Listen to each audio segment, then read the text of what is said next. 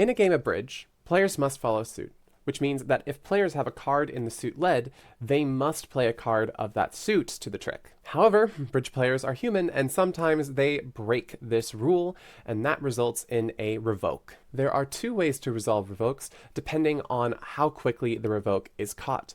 There are unestablished revokes and established revokes. The unestablished revoke procedure is followed if the revoke is caught before the offending side plays to the trick after the revoke occurred. If the revoke is ruled to be unestablished, then the revoke must be corrected. We will go back to the point of the revoke, and we will make sure that the revoke is replaced with a legal card. If the person who revoked is a defender, the card that was revoked with is going to stay up as a penalty card and must be played at its first legal opportunity. Any player who played after the revoke is now able to change their card to any legal card that they wish. However, if the non-revoking player from the offending side decides to change their card, their initial card that they played is going to be a major penalty card as well. After everyone plays the cards they want, play continues as normal, following the penalty card procedures as needed, but after that, no further rectification is required.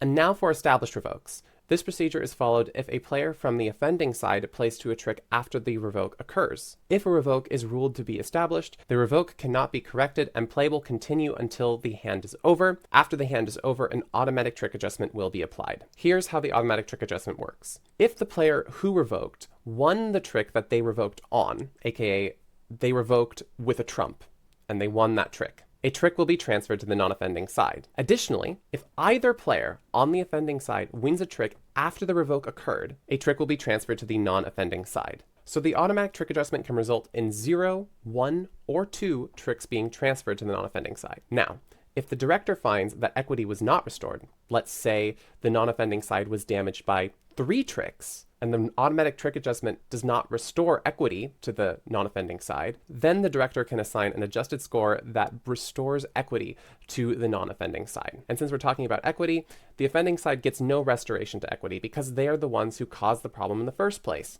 If the revoke didn't matter, the automatic trick adjustment still applies. Just don't revoke, and then you won't have these problems. Of course, there are more intricacies that happen with revokes. This could have to do with claims, a revoke at trick 12 or later, or if the revoke is brought up way too late. But this is a quick overview that covers 90% of revoking director calls. I remember that the first time I revoked, I cried.